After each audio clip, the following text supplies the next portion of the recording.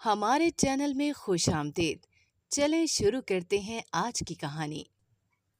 بھائی مزدوری پر جاتا تو میرا برقع پہن کر جاتا۔ کہتا میں عورت بن کر ایک بنگلے میں نوکری کرتا ہوں، اچھی تنخواہ ملتی ہے۔ مجھے بھائی پر بڑا رحم آتا، کیونکہ جب وہ کام کر کے واپس آتا تو لنگڑا کر چلتا۔ ایک دن بھائی سو رہا تھا کہ میں اپنا برقع پہن کر بازار چلی گئی، لیکن جان نکل گئی جب ایک دکان والا مجھے اپنے ساتھ دکان کے اندر لے گیا۔ مجھ پر قیامت ٹوٹ پڑی یہ دیکھ کر کہ بھائی میرا برقع پہن کر روز… میرا نام صوبیہ ہے اور میں نے جب سے ہوش سنبھالا تھا اپنے بھائی کو اپنے پاس پایا۔ میرے بھائی کے علاوہ اس دنیا میں میرا کوئی نہیں تھا۔ میری اماں ابا کا میرے بچپن میں انتقال ہو گیا تھا، اور میں جب بھی اپنے بھائی سے ان کے بارے میں کچھ بھی پوچھتی تو بھائی مجھے یہی کہا کرتے کہ انہوں نے بھی اماں ابا کے ساتھ اتنا وقت نہیں گزارا، اسی لیے وہ زیادہ نہیں جانتے۔ بس تھوڑی بہت یادیں ہیں جو ان کے دماغ میں موجود ہیں، اس کے علاوہ انہیں کچھ بھی معلوم نہیں۔ ہم لوگ ابا کے ایک رشتہ دار کے گھر میں رہا کرتے تھے۔ جس وقت میں چھوٹی تھی اور میرا بھائی بھی چھوٹا تھا، تب سے میں اپنے بھائی سے کوئی 6 سال چھوٹی تھی۔ میرے بھائی سے چھوٹی بھی میری ایک بہن تھی جس کا انتقال ہو گیا تھا، اور اس کے بعد میں اور بھائی ہی تھے۔ اماں ابا کے انتقال کے بعد ایک تو ہم دونوں بہن بھائی بہت چھوٹے تھے، اور دوسرا ہم اپنے آپ کو سنبھال نہیں سکتے تھے۔ ہمارا کوئی اور ٹھکانہ بھی نہیں تھا، اسی لیے میرے ابا کے ایک رشتہ دار کے گھر ہم رہنے لگے۔ ان لوگوں نے ہمیں خوشی خوشی رکھ تو لیا، لیکن بعد میں شاید وہ اپنے اس فیصلے پر پچھتا رہے تھے۔ میرا بھائی صبح سے کام پر چلا جاتا تو وہ صبح کا گیا شام کو گھر آتا، جبکہ میں پورا دن گھر میں اکیلی رہتی۔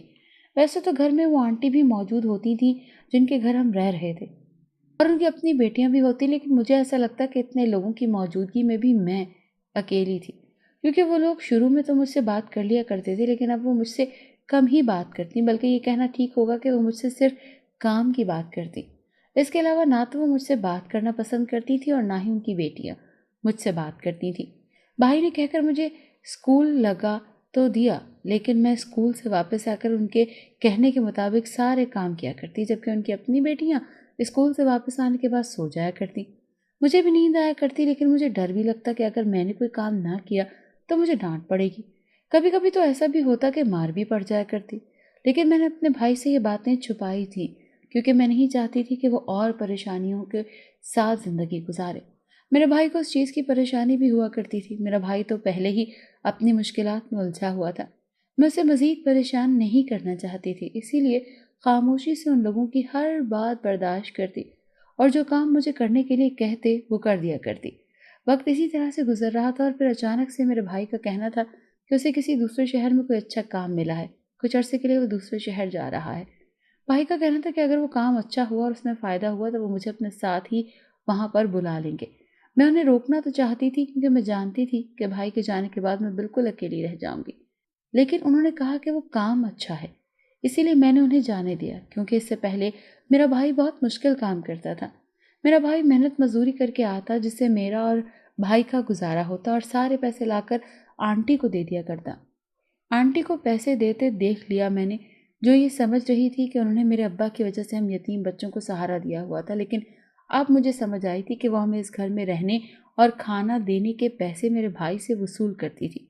پہلے جو میں کبھی کبھار اپنے بھائی سے کوئی فرمائش کر دیا کرتی تھی، اب تو میں نے وہ بھی چھوڑ دی تھی۔ میں بھائی کے ساتھ کچھ وقت گزارتی تو مجھے ایسا لگتا کہ میری زندگی میں کوئی تو ہے جو میرا اپنا ہے، لیکن اب جب سے بھائی کو گئے ہوئے ایک ہفتہ گزر گیا تھا، میرے بھائی سے کوئی بات چیت نہیں ہوئی، کیونکہ میرے پاس فون نہیں تھا۔ گھر کے فون پر اگر بھائی نے کبھی فون کیا بھی ہوا، ضرور آنٹی نے مجھے کسی نہ کسی کام میں لگایا ہوا ہوگا۔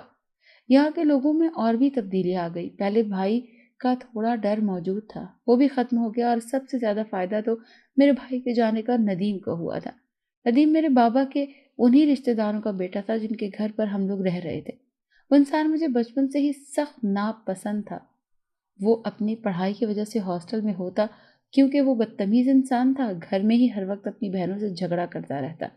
ان کے ماں باپ نے انہیں ہاسٹل میں بھیج دیا، اور پچھلے ہفتے ہی وہ ہاسٹل میں اپنی پڑھائی مکمل کر کے واپس آیا۔ مجھے تو یہی لگتا تھا کہ وقت اور حالات نے اسے سیدھا کر دیا ہوگا، لیکن میں تو پہلے سے بھی زیادہ غرور اکڑ آ گئی تھی اس میں۔ اب تو وہ بالکل بھی اپنے سامنے کسی کو نہیں کچھ سمجھتا تھا۔ فرق صرف اتنا تھا کہ پہلے اپنی بہنوں اور ماں کے ساتھ بدتمیزی کرتا، لیکن اب ان لوگوں کو چھوڑ کر باقی سب کے ساتھ بدتمیزی کرنے لگا۔ مجھے تو اس انسان کے دیکھنے کا انداز ہی پسند نہیں تھا۔ وہ جن نظروں سے مجھے دیکھتا تھا، مجھے الجھن محسوس ہوتی تھی۔ یہی وجہ تھی کہ میں اس کے سامنے کم سے کم جاتی، لیکن آنٹی مجھے اس کے ذاتی کاموں میں لگا دیتی، جس کی وجہ سے مجبوراً مجھے نہ چاہتے ہوئے بھی اس کے سامنے جانا پڑتا۔ عجیب قسم کا انسان تھا۔ ایک دفعہ اسی طرح آنٹی نے مجھے اس کے لیے چائے بنانے کا کہا۔ میں نے منع کرنا چاہا، لیکن میری اتنی ہمت ہی نہ تھی کہ میں ان کے سامنے کچھ کہہ سکتی، اسی لیے خاموشی سے ان کے کہنے پر چائے بنانے لگی۔ میں نے یہی سوچا تھا کہ چائے بنا کر کسی کے ہاتھ اسے کمرے میں بھیج دوں گی، لیکن قسمت بھی یہاں آ کر خراب تھی کہ چائے تو بن گئی تھی، لیکن اسے کمرے میں دینے جانے والا کوئی بھی اس وقت موجود نہیں تھا۔ آنٹی کی چھوٹی بیٹی نمرا سے جب میں نے اس کی چیز کی درخواست کی کہ وہ جا کر اپنے بھائی کو چائے دے آئے تو اس نے فوراً انکار کر دیا۔ اس کا کہنا تھا کہ وہ اپنے کام سے جا رہی ہے۔ اس کا یہ بھی کہنا تھا کہ یہ کام اس کی امی نے میرے ذمہ لگایا ہے اور میں اپنے کام دوسروں کو دے رہی ہوں۔ اس کے منہ سے انکار سننے کے بعد اب مجھے خود ہی جانا پڑنا تھا۔ نہ چاہتے ہوئے بھی میں اس کے کمرے میں پہنچ گئی، لیکن وہاں جا کر مجھے اندازہ ہوا کہ میں نے بہت بڑی غلطی کی ہے۔ جب میں نے اس کو چاہیے تھا تو اس کا کہنا تھا کہ چائے تو صرف بہانہ تھا، کیونکہ وہ جانتا تھا کہ اس کی امی چائے بنانے کے لیے مجھے ہی کہیں گی اور چائے دینے کے لیے اس کے کمرے میں ہی تم آؤ گی۔ اس کا کہنا تھا کہ اسے چائے نہیں پینی بلکہ اسے تو مجھے دیکھنا تھا۔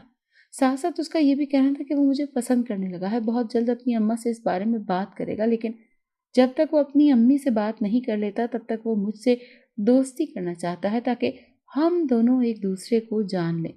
اچھی طرح سے میں جانتی تھی کہ وہ ساری باتیں کیوں کہہ رہا ہے۔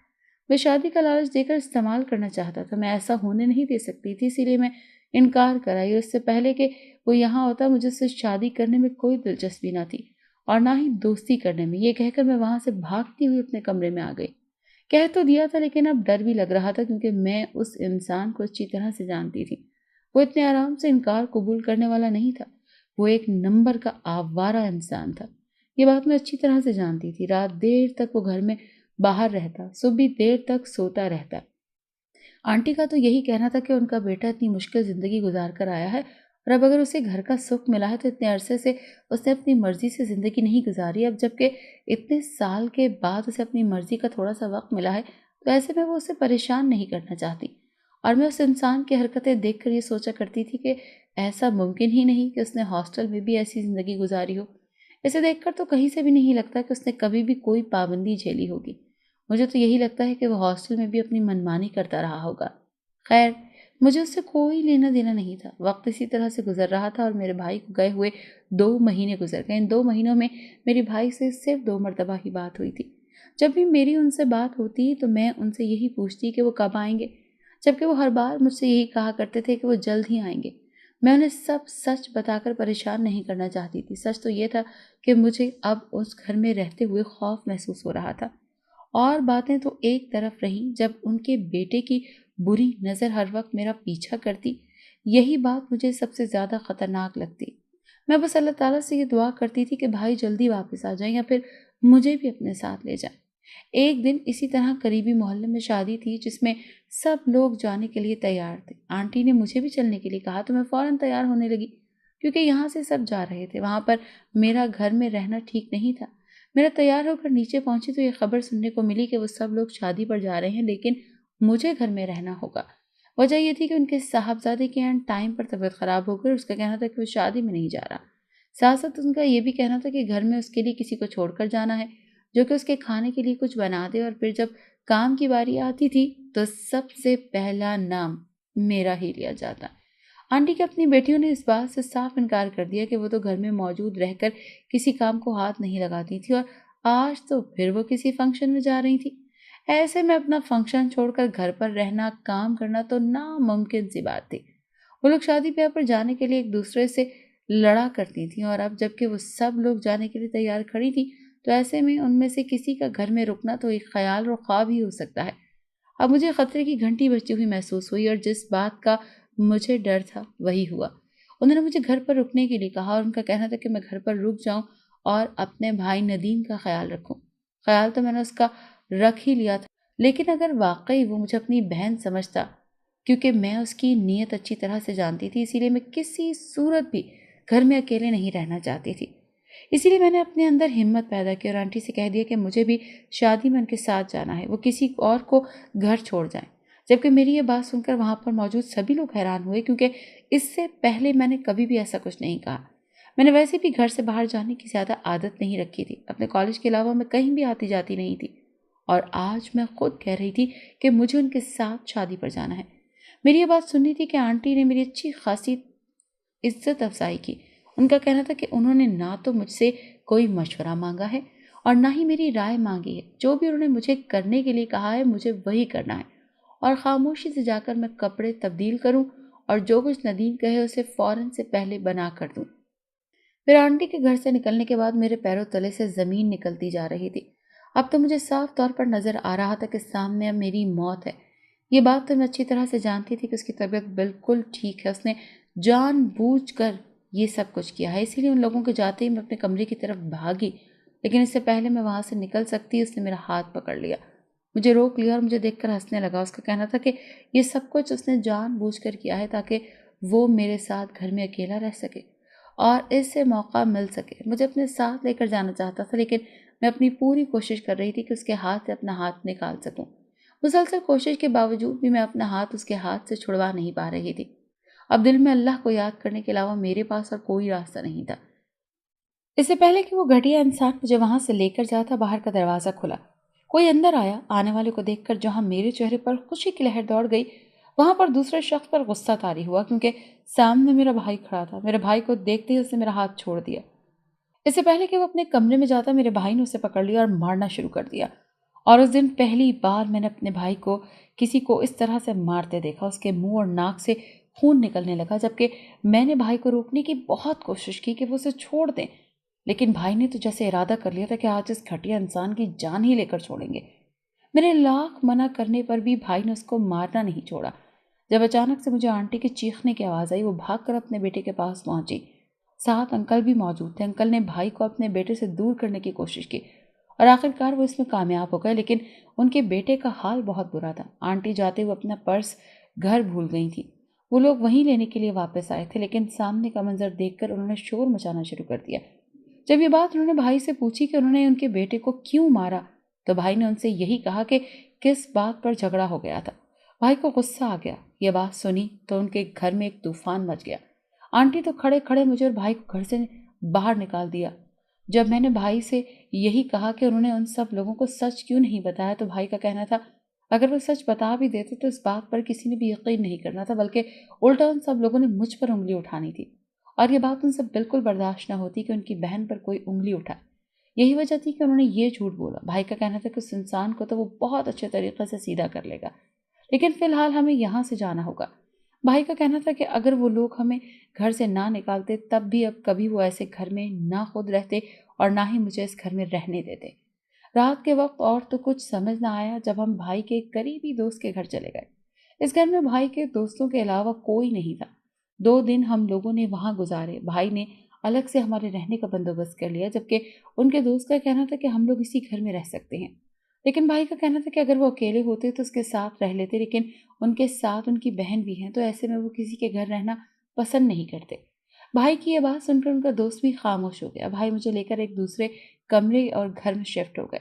وہ گھر بہت بڑا نہیں تھا، لیکن 2 لوگوں کے لیے بالکل ٹھیک تھا۔ وہ گھر چھوٹا سا تھا، لیکن بہت صاف ستھرا اور اچھے طریقے سے بنا ہوا تھا۔ ہم لوگوں کو اس گھر میں آئے ہوئے ابھی 1 ہی ہفتہ گزرا تھا جب ایک دن بھائی بہت پریشانی میں گھر میں داخل ہوا۔ بھائی نے مجھ سے میرا برقع مانگا، جو کہ میں بازار پہنتے ہوئے جاتی تھی یا پھر اسکول کالج جاتے ہوئے پہنا کرتی تھی، کیونکہ اب میں گھر پر ہی موجود ہوتی تھی، کہیں آتی جاتی نہیں تھی، اسی لیے میں نے اپنا برقع الماری میں رکھ دیا۔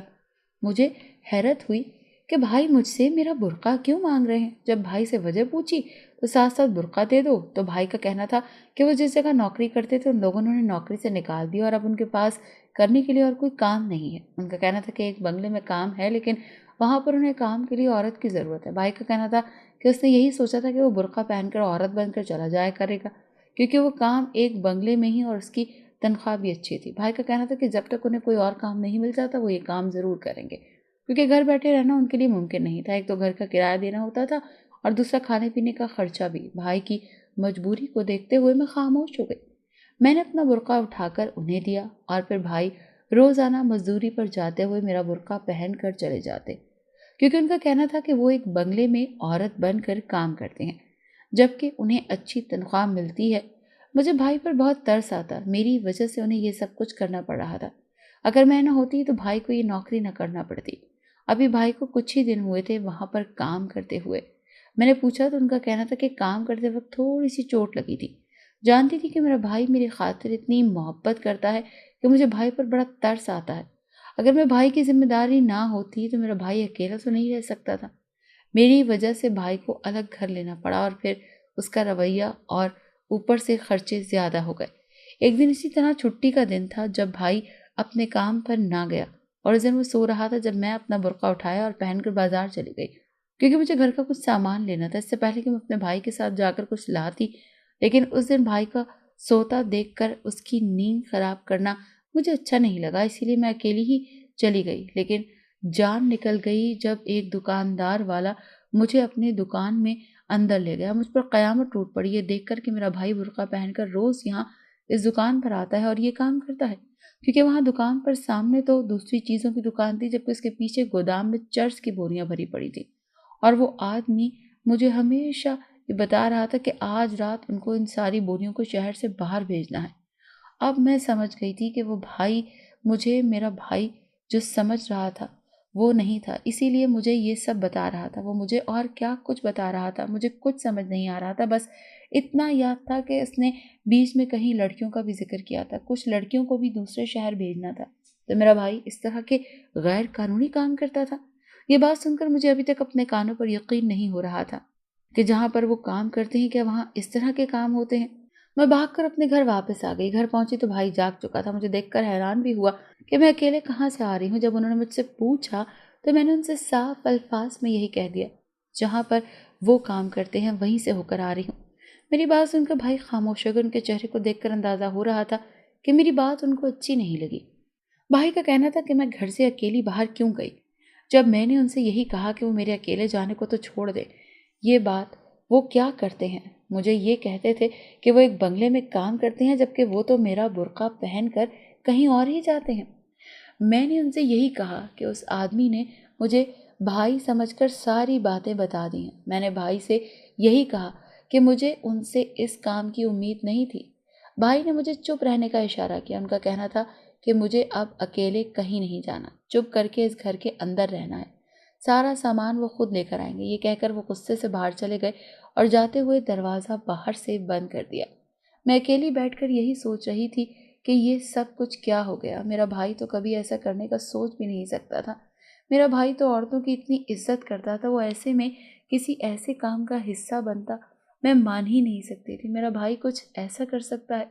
لیکن سچ تو یہی تھا کہ میرا بھائی یہ کام کرنے لگ گیا تھا، جو کہ آج میں نے خود اپنی آنکھوں سے یہ سب کچھ دیکھا تھا اور سن کر بھی آئی تھی۔ اس دن کے بعد سے میں نے اپنے بھائی سے بات کرنا چھوڑ دی۔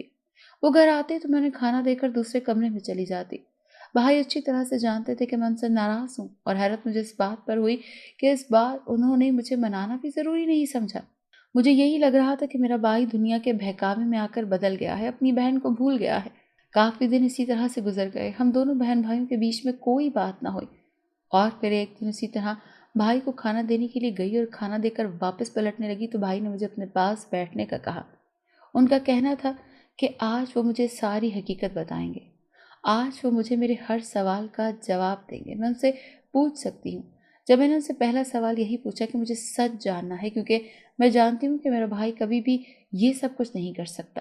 بھائی کا کہنا تھا کہ میں نے ان سے یہی کہا تھا کہ ناراضگی کی وجہ یہ ہے کہ بھائی نے مجھے حقیقت نہیں بتائی۔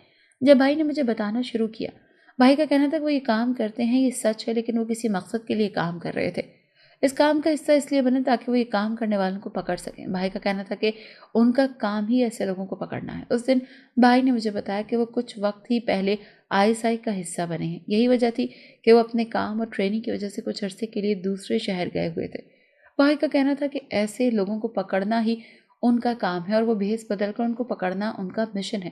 اسی مشن کو پورا کرنے کے لیے وہ وہاں جاتے ہیں۔ بھائی کا کہنا تھا کہ جب ان کا مشن کمپلیٹ نہیں ہوتا تب تک یہ بات انہیں راز رکھنی ہے، وہ چاہ کر بھی کسی سے یہ بات نہیں کر سکتے۔ یہی وجہ تھی کہ اس وقت انہوں نے مجھے کچھ نہیں بتایا، جبکہ اب ان کا مشن کمپلیٹ ہو گیا، اسی لیے مجھے یہ بات بتا رہے ہیں۔ ان کا کہنا تھا کہ وہ لوگ خفیہ طور پر غیر قانونی چیزیں بیچتے تھے، جبکہ سامنے سے اپنی دکان پر یہ ظاہر کرتے تھے کہ ان کی دکان سامنے سے عام چیزوں کی ہوتی ہے۔ جبکہ ان کے گودام ایسی چیزوں سے بھرے ہوتے تھے اور کوئی ان کے گوداموں کو پکڑنے نہیں جا سکتا تھا کہ وہاں تک ان کی پکڑ ہو یا پہنچ ہو۔ اسی لیے بھائی کو ایک عورت کے روپ لینا پڑا، کیونکہ بہت ساری عورتیں ایسے کاموں میں ان کے ساتھ ملوث تھیں، اور پھر انہیں کام کا حصہ بن کر میرے بھائی نے انہیں پکڑ لیا تھا۔ ان کا کہنا تھا کہ وہ سب لوگ سلاخوں کے پیچھے ہیں، اور اب اس نے سزا دینے کا وقت بھی آ گیا۔ اپنے بھائی کے منہ سے یہ ساری باتیں سن کر جتنی خوشی مجھے ہوئی تھی، اس کا تو کوئی حساب ہی نہیں تھا۔ مجھے محسوس ہوا تھا کہ میں بتا نہیں سکتی۔ میں نے اپنے بھائی سے اپنی غلطی کی معافی مانگی اور ان کے گلے لگ گئی۔ میں نے ان سے یہی کہا تھا کہ میں جانتی تھی کہ میرا بھائی کوئی ایسا کام نہیں کر سکتا۔ اس دن کے بعد سے میں نے واپس سب آئے تو کافی پریشان لگ رہے تھے۔ جب میں نے ان سے پوچھا تو ان کا کہنا یہ تھا کہ میں ملوث نہیں ہوں۔ میں نے بھائی سے یہی کہا تھا کہ انہیں اس بات پر پریشان ہونے کی ضرورت نہیں ہے، بلکہ وہ انسان اسی قابل تھا۔ بھائی کا کہنا تھا کہ وہ انسان اس قابل ہی تھا۔ بھائی کو اسے پکڑنے کی کوئی افسوس نہیں ہوا تھا، بلکہ یہ سوچ رہے تھے کہ جب یہ بات انکل اور آنٹی کو معلوم ہوگی تو شاید وہ یہ سمجھیں گے کہ میں نے کسی ذاتی دشمنی کے طور پر اسے یہاں پکڑوا دیا ہے۔ بھائی کا کہنا تھا کہ ایک بار جا کر ان سے خود بات کریں گے۔ میں نے بھی بھائی کے ساتھ جانے کا فیصلہ کیا تھا۔ جب ہم لوگ وہاں گئے تو ان لوگوں نے ہم سے معافی مانگی۔ ان کا کہنا تھا کہ اس میں بھائی کی کوئی غلطی نہیں ہے، ان کا بیٹا ہی تھا اس لائق۔ میری آنٹی نے مجھ سے معافی مانگی تھی۔ ان کا کہنا تھا کہ وہ جانتی تھی کہ ان کا بیٹا آوارہ ہے، اس کے باوجود بھی انہوں نے بہت بڑی غلطی کی۔ مجھے گھر میں اسے اکیلا اس کے پاس چھوڑ کر نہیں جانا چاہیے تھا۔ میں نے انہیں ان کی غلطی کے لیے معاف کر دیا، کیونکہ وہ مجھ سے بڑی تھی اور انہوں نے ہمیں اپنے گھر میں پناہ دی تھی۔ ان کا کہنا تھا کہ انہوں نے دنیا کو دکھانے کے لیے 2 یتیم بچوں کو پناہ تو دے دی، لیکن انہوں نے ہمارے حقوق ادا نہیں کیا اور اس بات کی شرمندگی انہیں ساری زندگی رہے گی۔ انکل کا کہنا تھا کہ وہ اس بات پر شرمندہ ہے کہ وہ میرے ابو کے سامنے کیا منہ لے کر جائیں گے۔ انہوں نے ان کے بچوں کی یہ حفاظت کی تھی۔ ساری باتیں کر کے ہم لوگ اپنے گھر واپس آ گئے۔ بھائی کا زیادہ تر وقت اپنے کاموں میں گزرتا تھا، جبکہ میں نے اپنی پڑھائی دوبارہ شروع کر دی تھی۔ اچانک سے بھائی نے ایک ایسی بات کہی جسے سن کر میں حیران رہ گئی۔ بھائی کا کہنا تھا کہ انہوں نے میری شادی کا فیصلہ کر لیا ہے۔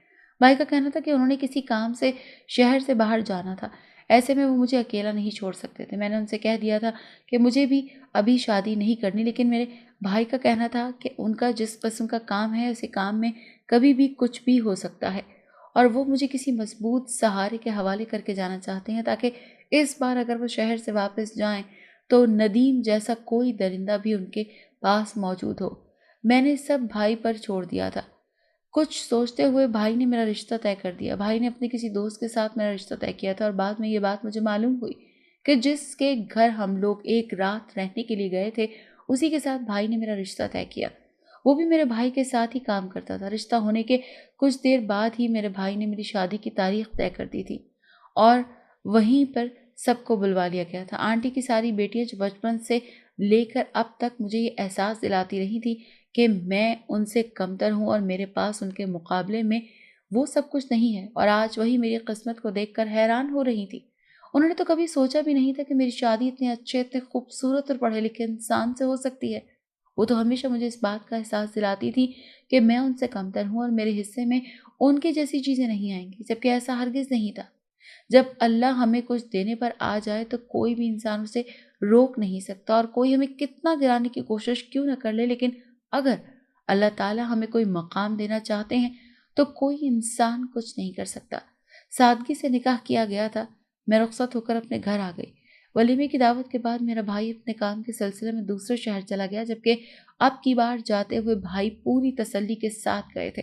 پہلے وہ ایک غلطی کر چکے تھے کہ مجھے اکیلا چھوڑ کر چلے گئے تھے، لیکن اس بار وہ پورے اطمینان سے مطمئن ہو کر جا رہے ہیں کہ انہوں نے جانے سے پہلے مجھے محفوظ ہاتھوں میں سونپ دیا۔ میں نے بھی خوشی خوشی اپنے بھائی کو بھیج دیا۔ میں اپنی زندگی میں خوشی چاہتی تھی، میرا بہت خیال رکھتے تھے وہ، جس طرح میرا بھائی میرا خیال رکھتا تھا۔ فہد بالکل ویسا ہی خیال رکھتا ہے۔ یہی وجہ تھی کہ میں بہت جلد اس گھر میں رہنے کی عادی ہو گئی تھی۔ مجھے بہت جلدی اس گھر کی اور فہد کی عادت ہو گئی تھی۔ بھائی کے ساتھ میری فون پر بات ہو جایا کرتی تھی، پھر میں ان سے آنے کا پوچھتی، کیونکہ میں نے سوچ لیا تھا کہ اب کی بار جب وہ واپس آئیں گے تو میں ان کی شادی کروا کر ہی دم لوں گی۔ مجھے ہر وقت اپنے بھائی کی فکر لگی رہتی تھی۔ یہ سوچ کر وہ اکیلے ہیں، اسی لیے میں چاہتی تھی کہ جلدی سے ان کی شادی ہو جائے اور وہ اپنی زندگی میں خوش رہنے لگیں۔ میں نے اس بارے میں فہد سے بھی بات کی تھی۔ اس کا بھی یہی کہنا تھا کہ ایسے یہی لگتا ہے کہ اب میرے بھائی کی شادی ہو جانی چاہیے۔ ایک لڑکی میں نے پسند کر کے رکھی ہوئی تھی، اب بس مجھے اپنے بھائی کے واپس آنے کا انتظار تھا کہ میں بھائی کے ساتھ بات کر سکوں اور انہیں لڑکی دکھا سکوں۔ اب زندگی میں ہر طرف خوشیاں ہی خوشیاں تھیں۔ مشکلات کچھ وقت کے لیے ہوتی ہیں لیکن وہ ہمیشہ قائم نہیں رہتی۔ مشکل وقت میں صبر سے کام لیں اور اچھے دنوں کی امید رکھیں۔ یاد رکھیں کہ جب تک امید باقی رہتی ہے انسان میں زندگی باقی رہتی ہے۔